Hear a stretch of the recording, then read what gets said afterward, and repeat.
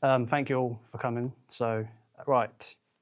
So I'm basically going to start from childhood. So from a young age, I got put into care, and so I think I was about 2, maybe or 1 years old. And I was with a nice family, mum, dad, sister, nan, granddad, like the whole clan. And I was with them for I think maybe 4 or 5 years, maybe longer. And I thought they was my actual family. So I called her mum, dad, had a sister, went to weddings, parties, stuff. So they were like my actual family. And then as time went on a bit more, I found out that actually they weren't my family. And then, so obviously, we went into care because my dad, had a mental health breakdown. So he went, so he couldn't look after us anymore. And our mum wasn't the nicest either, so she couldn't look after us, so she put us into care. So then when luckily our dad got better and found Sue, who's my mum, they managed, it was very difficult, they had to fight through courts and all that stuff. And eventually they obviously won us back. It was very confusing because it was like the people that I was living with in care, I thought they was my real family. So it was like I was now going back into care, but it's not care, it's actually my real family. And because obviously it's my stepmom, so obviously I have 2 basically new families to kind of to meet. So like Nan and stuff, didn't know them. My dad, my brother as well, didn't really know who he was. We had a couple of meetups at this place, but I thought he was just a lad there that was just there when I was there. And I think when I got to about 8, 9, maybe 7, I was a very misunderstood, scared little boy who was absolutely terrified of the world and just was very confused as to why I was being moved around everywhere. And obviously, because I wasn't diagnosed with autism at that time. So there was a lot of stuff that I would do that just wouldn't make sense. I used to hit my head against the wall quite a lot because I didn't know my speech wasn't that good, so I didn't know how to kind of explain, okay, I'm feeling like this or I'm feeling like that. So the way it would come across would be meltdowns or lashing out, which obviously wasn't the nicest, but that was kind of the way it was. When I went to primary school, it wasn't as nice as what primary school should be. It should be fun and, it's meant to be more fun than what high school is. So, but basically, as you can from the picture, that's obviously basically best way of describing it. That's basically me. And I found the picture on Google and it got me straight away. Not because of like the bag or nothing. I don't really like how the bag is, but just the laughing and the little tears, sort of stuff like that. And that's what it was like. So I was bullied by the kids or the classmates, but they weren't really classmates, and the teachers as well. So they didn't, most of the time I was sitting outside of the classroom because I was, sent out because I was a naughty child, which I wasn't. I just couldn't, I couldn't like write my name or do simple stuff that everyone else in the classroom could, and they used to make that quite obvious. So I didn't learn a lot because I was always outside of my DS, unfortunately. And then when I'd come home, obviously I would have loved to have gone home and said, well, I'm being bullied and the head mistress has been pinning me on the floor and being like throwing me around and doing nasty stuff. But to me, that was just normal. I didn't know any different. And I felt like it was me against the world. That's because I didn't really know my actual family that well. So I didn't have that trust of actually saying what's going on. So that made it quite difficult. And I used to get really bad panic attacks. So when my birth mum came back on the scene, at first I think I was kind of happy because obviously she's my mum and I forgot from childhood and stuff. And then we started seeing her at this place called Mr. B's, where kids would go to see their parents and stuff that have been in care. And after a while, I started realising she don't give a damn about me or my brother, because she would like follow us around all the time. She didn't know how to interact with us, or sometimes I'd be doing some painting and she would just all of a sudden start crying, and I felt very uncomfortable with that. And then she would always bring one of her boyfriends along, so it would be a different bloke every week, and like they was all very similar, quite big and quite scary, obviously, as 9 years old, quite small.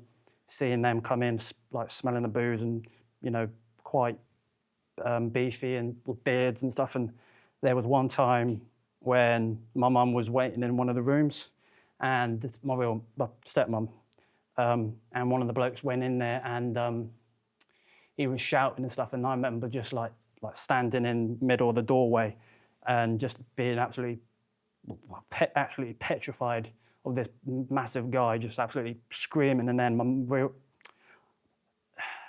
so he was screaming at my stepmum, and then my birth mum was like not even doing, she didn't care, she was just there, and she saw me standing there. And obviously I'm not a parent, but I would have hoped she would have like come across, hey, you know, you don't need to see any of this.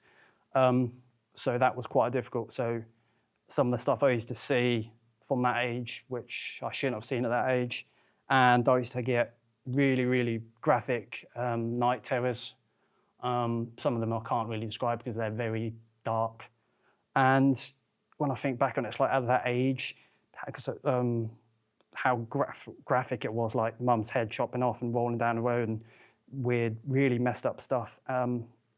And that made school, when I got to a bit older in school, it was good. When I got to bigger school, it was good in some ways. I enjoyed PE and drama, and I did have some kind of friends a little bit, but because a lot of the stuff was still going on with my mum, it kind of ruined my childhood, because the school I went to was so I'm from Kings Lynn, the school was in Fairstead, and we found out that she lived in Fairstead, so I used to have night terrors of her like coming into the school and walking to my classroom and coming to kill me and stuff. So I never had a good night's sleep before school, so when I'd go into school, I'd be quite, not angry, just really moody and a bit snappy and stuff. And I've actually got,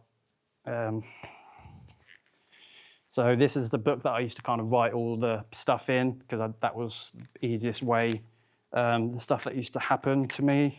Just trying to find. So this was one day, so this was two teaching assistants. At break time, Lynn and Chris said, "You're okay, Moody?" And I said, "Well, I'm not moody, I'm tired," but they don't seem to understand that.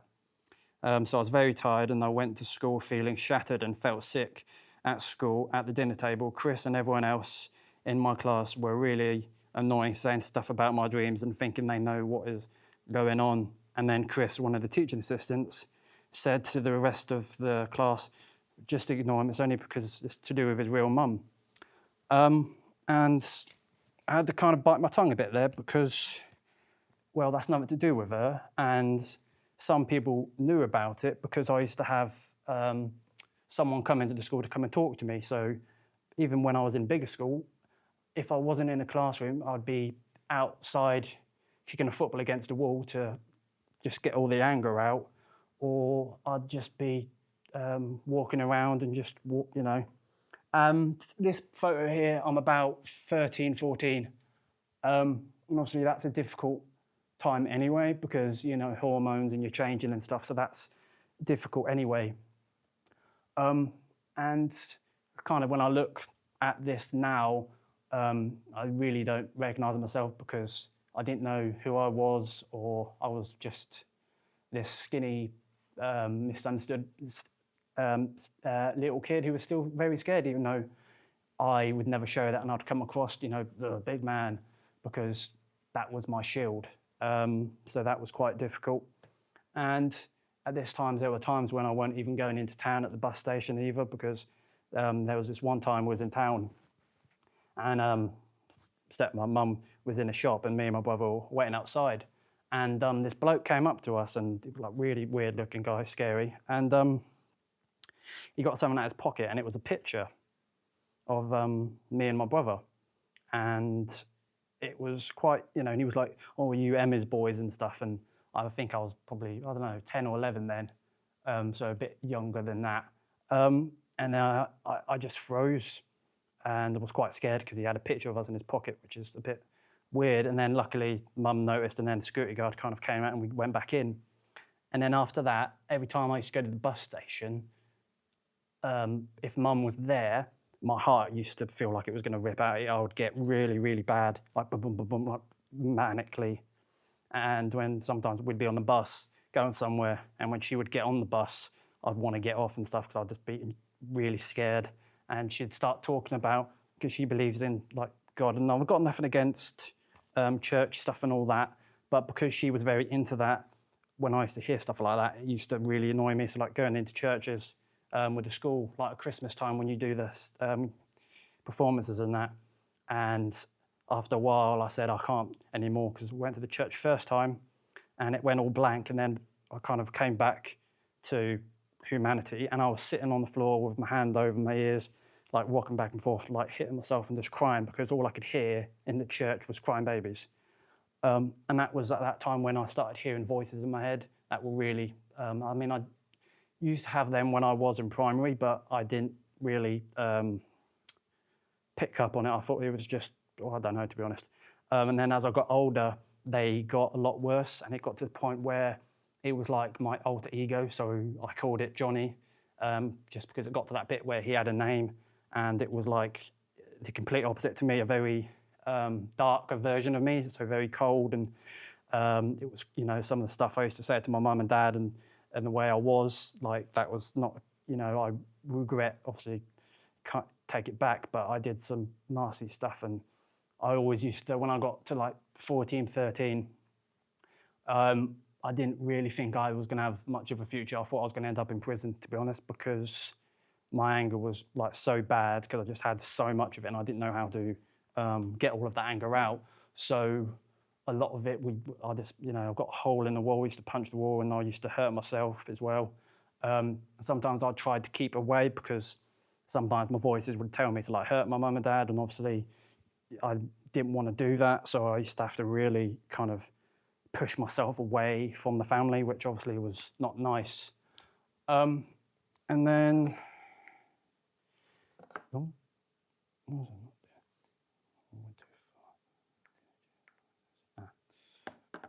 this is me when I was 17, 18. So obviously I left school, and even though I hated school, I was kind of sad when I left because I had a routine, and you know, I'd get up in the morning, breakfast, school clothes, teeth, to get on the bus, go. And then after, obviously I left school, I was really scared, obviously, because I'm now going out into the big world, and my routine is completely going to change, and I wanted to obviously do drama at college, but I wasn't allowed. Basically, they said I wasn't capable or I wouldn't have managed, and because I didn't pass my maths and English, I wasn't allowed. So they basically put me in a bit where I shouldn't have really gone, because I felt like I was still in school and I was put with some people that are a lot more severely disabled than me.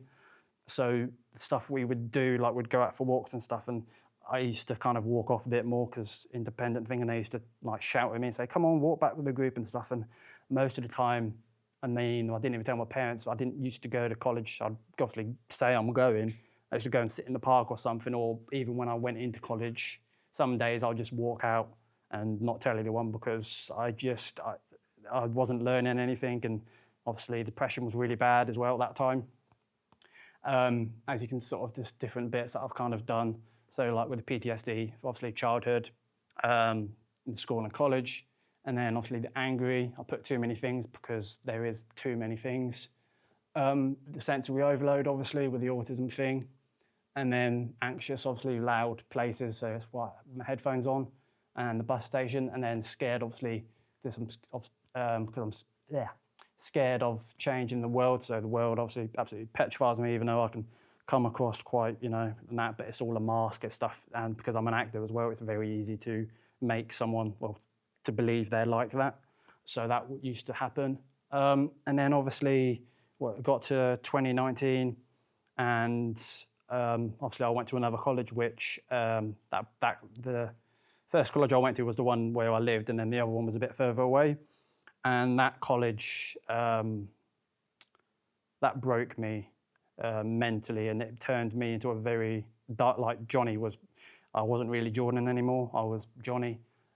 Started there with kind of nice, brighter clothes, and then I would, as time went on a bit more, I was a lot darker, not shaven, was just not like looking after myself. And I know it's probably going to sound weird when I say this, but it was literally me versus the whole college. And I know that sounds really weird, but because you'd think I'd have maybe someone there, but like the teachers were horrible. I'd got called certain names and different stuff, which I'm not going to go into because that's all in the film I've done and I don't want to spoil the film. And so that was kind of difficult, and coming home on the train as well, which was really difficult and stressful because obviously there's so many people and noise, and I was already quite, and that as well. So like sometimes I used to go on the train, I used to kind of just want to like run on the track sometimes just because, or like used to like want to run into the road just because I didn't want to be here, and that was the only sort of things I could think of. So yeah, college destroyed me. And then obviously time went on a bit more, and then I thought I finally found this kind of cool art course that I was going to do actually in Norwich, and went there and I showed them some of my graphic designs and different art stuff, and they were really like, wow, this is like really cool. And I felt like, oh, okay, this is something now that I'm confident. It's like it's something good's happening. And then they sort of just went cold turkey on me a bit, and I was looking at emails every day, like, why are they not getting back to me? And they never to this day explained. And then I lost my dog, who was my best friend and probably the best friend I'm ever going to have. So when I used to come home from school, I would sit down on the floor, crying my eyes out with my dog just coming over, licking my face and just sitting on my lap. And when I lost her, I didn't really know how to cope with it, or what feeling, because I'm not really good at feelings and I don't really cry. So I got a tattoo of her near my heart.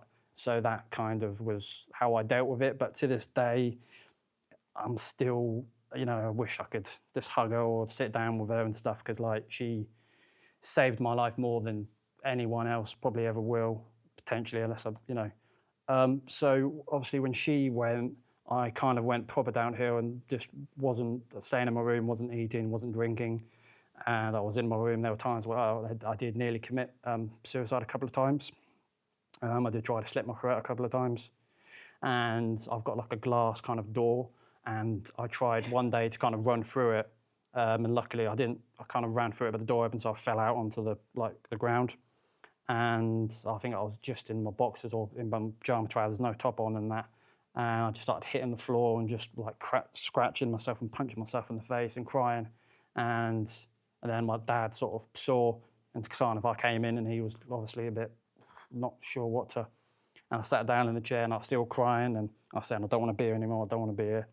And then Mum got back, obviously, and I said, I feel like I'm going to do something not nice. So then obviously went to the hospital, and the voices in my head were getting quite bad. So, and even though obviously the people that were in the hospital, I know they weren't looking at me and stuff, but the way the voices were and the depression, it was like they was all laughing at me and stuff like that. So we went and spoke to someone, and then luckily we was able to go into a quiet room because I couldn't trust myself with what I was going to do. So that was quite difficult. And then as time went on a bit more, I obviously finally got the diagnosis for my PTSD. So that was quite helpful. So I was finally actually getting to talk to professionals about so many stuff, and I'm still on the waiting list for quite a few things as well. And then the autism thing came up, and obviously that's, oh, didn't know you did that. Did you do that? I did. Oh. Yeah. Oh, damn it.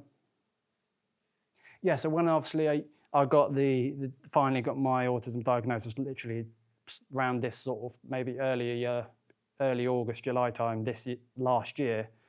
And when I got it, it kind of, it changed me, and I was like, I know who I am now. And when I say that it saved my life, I mean it, and literally it did save my life, because if I'm honest, I mean, I'm 24 now. I never thought I was going to make it to 23 or 24. I thought, now by the time I get 20, I'm going to don't want to be here anymore. Can't be bothered. So yeah, it literally did save my life. And then I was like, right, it's time to tell my story.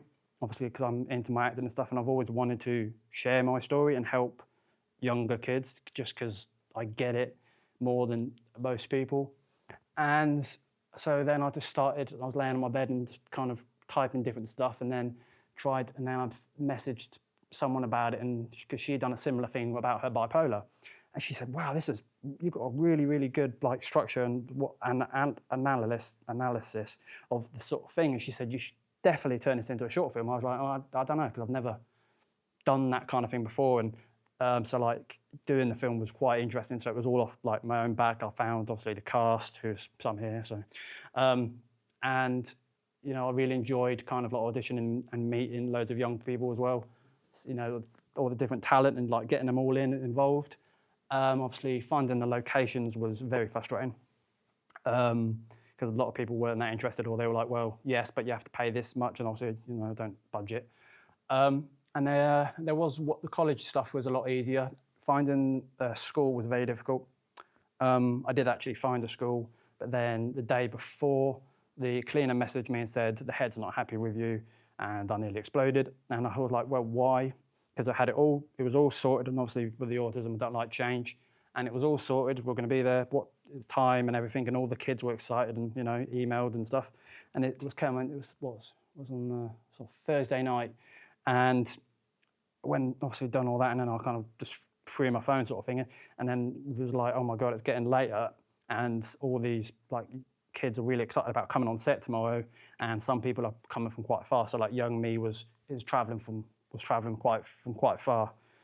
So they were staying in like a hotel sort of thing, and I was like, oh God, oh God, oh God. I feel really bad now, because they're all going to be, I'm going to have to let them all down. And then I felt bad, and it was like, I know it wasn't my fault, but the way, I don't know, my brain worked, or the way I read the message, it just made me feel like it was my fault. So I went in my room, put the headphones on, listened to some very loud rock music to calm me down. And then after that, I came in and I said to Mum, I know this is going to sound really weird, but I'm going to take them bowling tomorrow, because I need to do something. Because if I stayed at home, I don't know, I wouldn't have done something stupid, but I just wouldn't have been able to sit still. I would have been crazy. So I emailed. It's funny because Mum said, well, you can just send us like a small email and just say, apologies, But I couldn't do that, so I went quite into all of it and explained it all. And I was very thankful that all the parents were very understanding.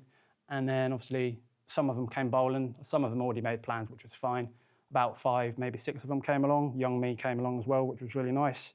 We had a good game, 2 games of bowling, had some food, which was really nice. And then obviously after that, obviously finally did find a location, thanks to one of the parents of one of the cast members. And we've basically filmed it all now. It's just currently in the editing stage, which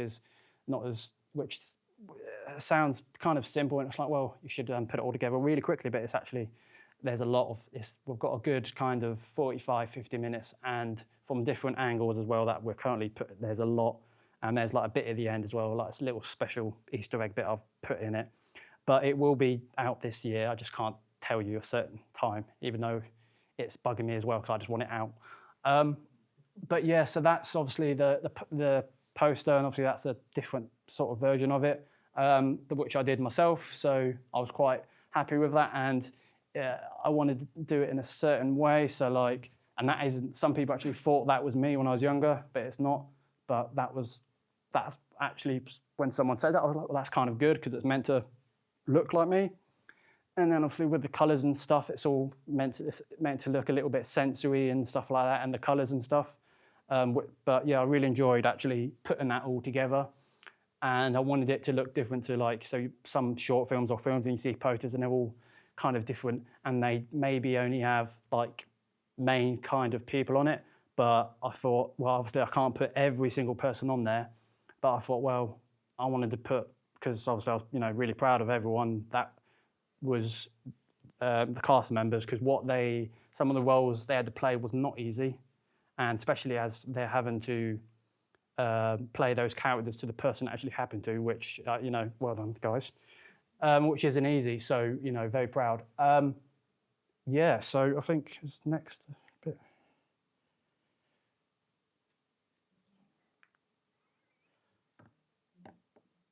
I'll click on it.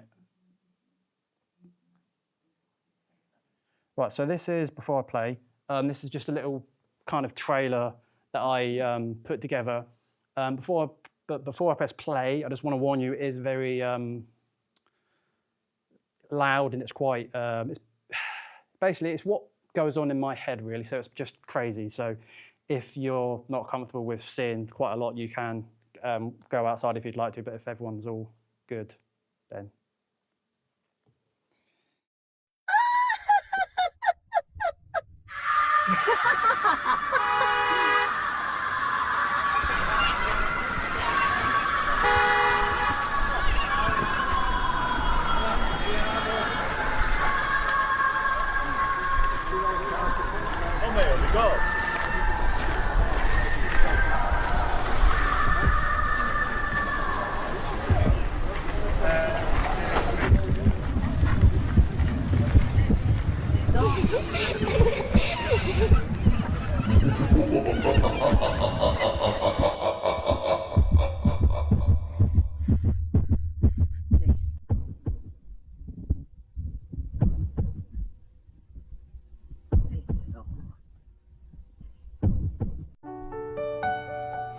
I am a lost boy from Neverland, usually hanging out with Peter Pan. And when we're bored we play in the woods, always on the run from Captain Hook.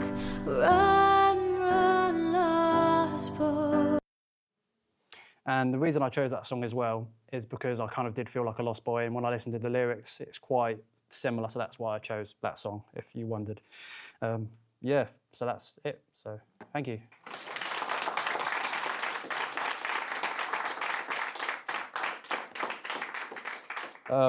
So I'm going to do a Q&A, so if anyone's got any questions, I'm happy to answer any, or try my best to anyway. Yeah. In the difficult times, the professionals that you encountered during that time, if things could have been better and different, how could those professionals have changed the way they dealt with things with you? Well, for one thing, they could have been more understanding, and obviously that doesn't take a lot to be a kind human being, and especially if you're working with kids as well, you'd like to think they would be nice.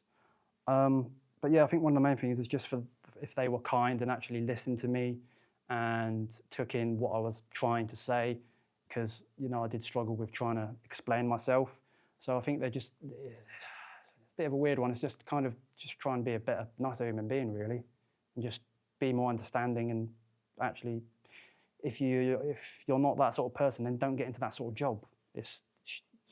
I was just going to say about really like at school when you kicked off, that was the only way you as a child knew how to deal with that. Yes. And why isn't it that our teachers are not trained to see that you're not being a horrible person, but the fact that that's the only way you have of actually speaking. You can't, you have no words. Yeah, that was. You actually have, that's the way you're communicating. Yeah. So sometimes, one occasion when it happened, like the kid in front of me used to bully me every day, and he used to like throw paper at me and that, and I really don't like mess. So I used to get up and like go and put it in the bin, and then she would have a go at me for doing that. So it would be like I was getting wrong for doing like the right thing, and then the people that were doing the bad things kind of got away with it. And that's the sort of thing from when I've talked to different people and watched different stuff and look, a lot of that stuff does happen. It's the people that, similar to me, that just get cut out sort of thing. So when I said about I used to sit outside a lot, that was quite what happened. Even at like playtime, like when after lunch and stuff, I had a special little spot. I'd sit on the floor with my wrestling figures and try and block out everyone. And sometimes they'd come and like punch me and stuff, or throw my toys around and stuff. But that was just normal for me because that was happening like nearly every day. So it's a bit of a. Can I just say also though, just before, Yeah. that it's really good to hear you talk, and well done you. Thank you. Yeah. Sorry to try. I know you're going to be really annoyed, Jordan, if you don't ask people about how they yes. promote your film. Yes. We've run out of time, but I know you want to do that. Yeah, so as you can see, there's a QR code right there. That will go straight to basically the trailer you saw. So the main thing I'm going to say is if as many people as you if you can just share it or like anyone and get them to share. So the main thing I want to do is obviously there will be a premiere of the film, and if anyone is interested, just tell me and I can make sure I let you know when it is. And the main thing that I want it to do, hopefully on YouTube, is I want it to explode where it's everywhere, where people are talking about it. And my main goal, obviously, me and my older brother are potentially going to open up our own drama company called Why Not Us. So I want to create somewhat like an alternative.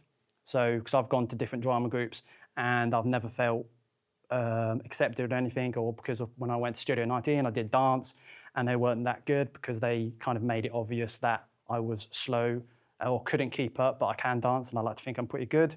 But I just took me time to kind of do it. And I know there's other kids out there that really want to do acting and dancing. And I think if I can create that and be the person in charge, that, I can help them kind of better and not have to go through sort of things that I did, because no one deserves that.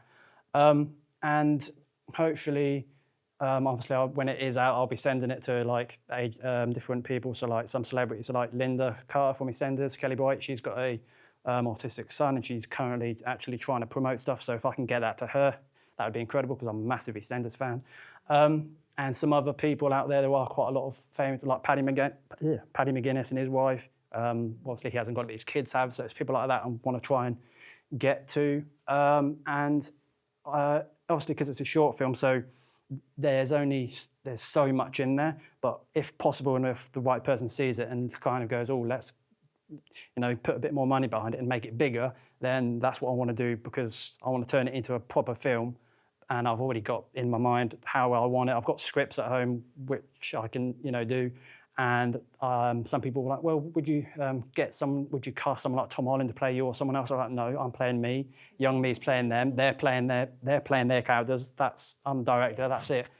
And I think it would help so many people, because if it's turning it into a proper film, I can really like go in depth on what, like from the young to what actually really happened. So obviously the short film is really good, and it got quite a lot of the stuff, but it's obviously there's a lot of stuff missing. But so hopefully that's kind of my goal, and as many people obviously that share it and stuff, most appreciated. So.